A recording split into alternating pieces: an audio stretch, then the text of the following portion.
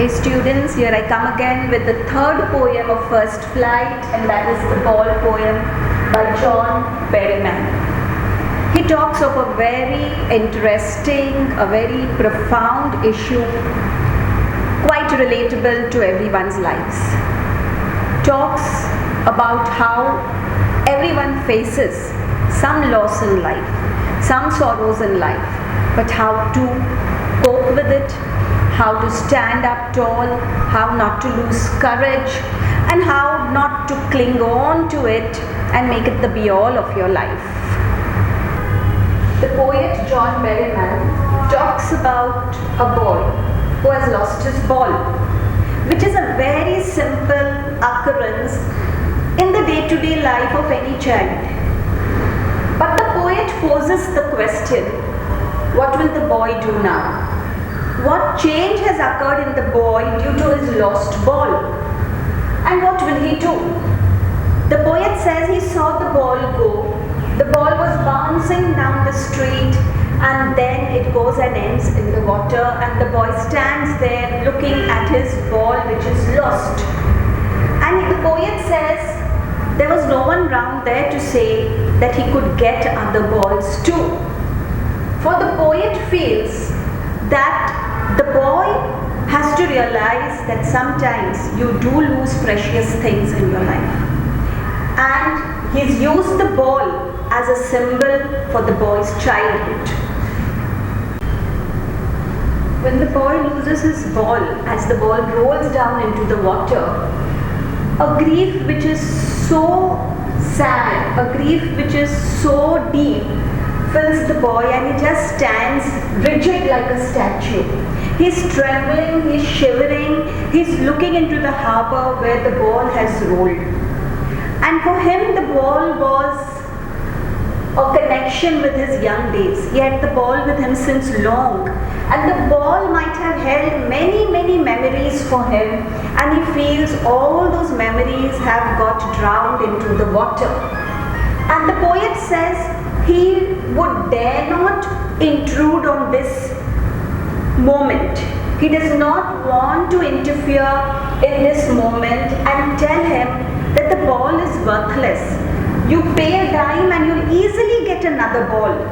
For the poet realizes that the ball was a symbol of his childhood. And with the ball rolling down into the water, it is as if the boy's childhood also has gone into the water, and he is now in the process of becoming a mature person. A metamorphosis from a young boy maybe into an adult boy. The boy is looking into the gloomy waters, seeing his ball lost, and along with that his childhood, his memories, which are all connected with that ball. But he also gets a sense of his first responsibility. That is how he should behave when he loses something very, very dear to him. He realizes that the world is full of materialistic possessions. In this world, everything materialistic is very important. But the boy also realizes that the memories which were associated with the ball were much, much more important. And people will take balls. People will take away things which he holds dear to him. He will lose things which are very precious and dear to him. Balls will be lost. Memories will be, not memories exactly, but all what he holds dear would be lost one fine day. He will lose things in his life. And the poet says that nobody buys a ball again. What is lost. But the experience of losing something should make you more responsible, should make you more stronger, and learn how to cope with that particular loss or grief. Because you may lose a precious possession, you may lose a precious person in your life, but you can't cling on to it. And secondly, the poet says money is external.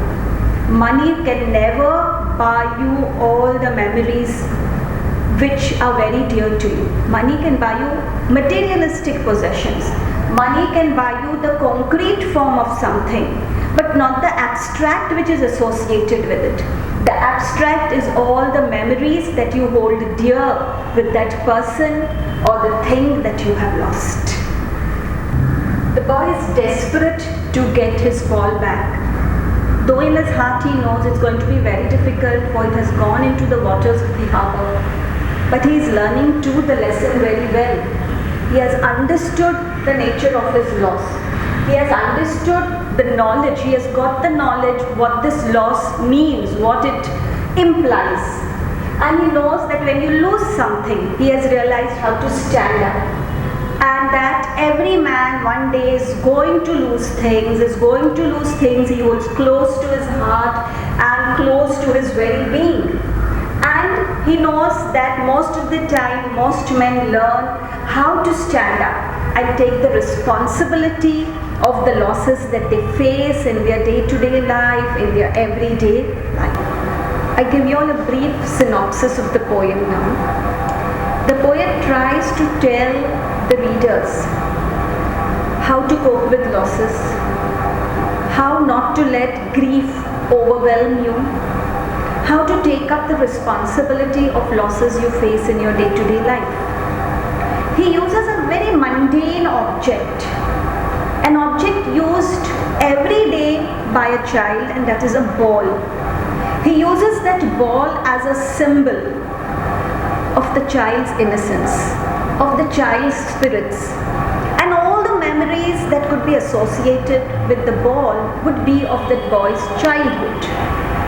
Unfortunately, the ball rolls off into the dark waters of the harbor, and the boy is just standing looking at the ball going, and along with that the ball drowning into the waters and the boy's memories, childhood memories, drowning along with it. He is horrified. He wants the ball back, but at the same time knows it's not possible.